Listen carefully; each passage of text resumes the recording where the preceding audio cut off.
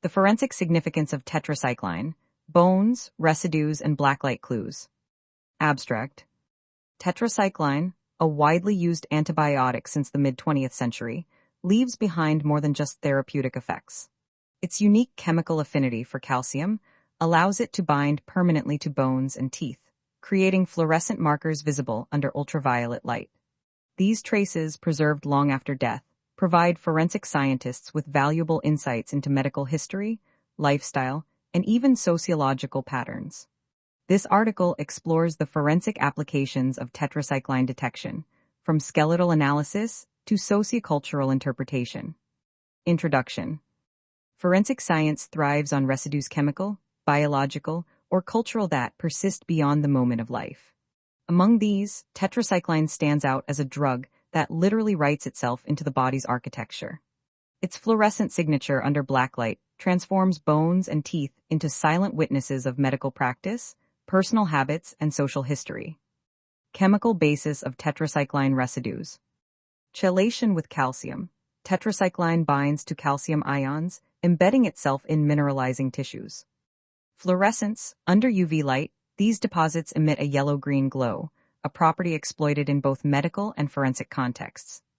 Persistence. Unlike many drugs, tetracycline residues remain stable for decades, even in archaeological remains. Forensic applications. Skeletal and dental analysis. Identification. Fluorescent banding in teeth can be matched with medical records of antibiotic treatment. Age estimation. Childhood exposure leaves permanent dental markers, useful in narrowing identity profiles.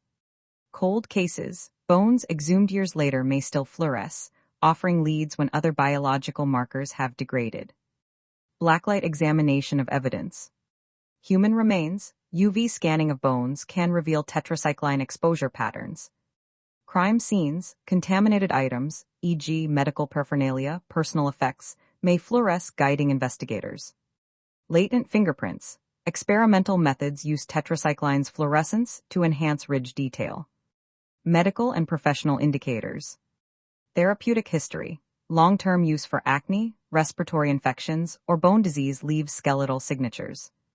Occupational exposure. Farmers, veterinarians, and lab workers may show higher levels due to handling livestock antibiotics. Dental staining. The tetracycline teeth phenomenon, common in the 1950s-70s, can help date medical practices in a given population. Sociological and lifestyle insights. Healthcare access. Residues may reflect socioeconomic status. Consistent antibiotic use suggests access to medical care. Public health campaigns. Mass tetracycline distribution, e.g., trachoma eradication programs, left generational traces in certain regions. Cultural stigma. Visible dental staining once carried social implications, linking forensic findings to lived experience. Case study potential. Imagine a forensic anthropologist examining skeletal remains from a decades-old cold case. Under blacklight, the bones fluoresce with the telltale glow of tetracycline. This discovery not only narrows the victim's medical history, but also suggests access to healthcare during a specific era.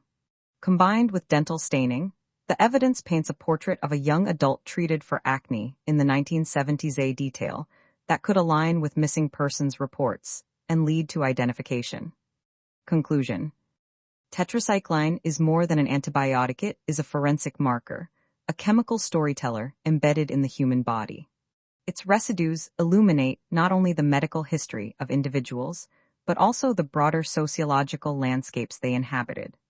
In this way, tetracycline bridges the gap between biology and biography, turning fluorescence into evidence and bones into chronicles of care, culture, and circumstance.